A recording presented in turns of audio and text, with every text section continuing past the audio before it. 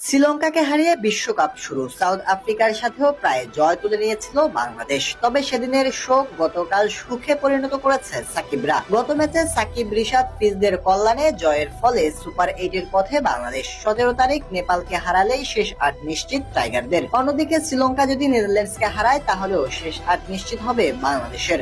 তাই বলা যায় এখন সুপার 8-এ অফিসিয়ালি বাংলাদেশের নাম অবস্থান করা শুধু সময়ের ব্যাপার। সেক্ষেত্রে সুপার 8-এ মোট 8 দল যাবে।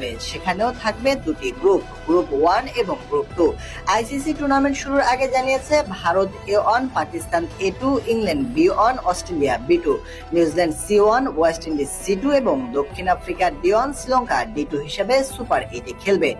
শর্ত ছিল সুপার 8-এ যদি এখানকার কোনো দল উঠতে না পারে সেক্ষেত্রে যে দল উঠবে তারা জায়গা করে নিবে। সেক্ষেত্রে বাংলাদেশ শ্রীলঙ্কার জায়গায় D2 হিসেবে সুপার 8-এ যাবে।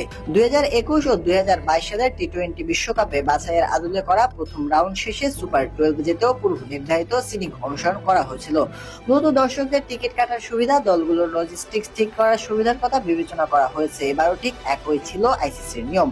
প্রশ্ন হচ্ছে বাংলাদেশ যদি সুপার 8-এ উঠে তাহলে প্রতিপক্ষ কারা হচ্ছে। ফিক্সার অনুযায়ী ভারত, অস্ট্রেলিয়া ও আফগানিস্তানকে গ্রুপ 1-এ পাবে বাংলাদেশ। ভারত ও অস্ট্রেলিয়া এর মধ্যে নিশ্চিত করেছে সুপার 8, আফগানিস্তানকেও নিশ্চিত ধরা যায়। এক্ষেত্রে সময়সূচিটাও নির্ধারিত। সুপার 8-এ 21 জুন সকালে 6:30টায় এন্টিগাতে অস্ট্রেলিয়ার বিপক্ষে প্রথম ম্যাচ খেলবে বাংলাদেশ। পরদিন 22 জুন রাত 8:30টায় এন্টিগাতে ভারতের বিপক্ষে দ্বিতীয় ম্যাচ বাংলাদেশের।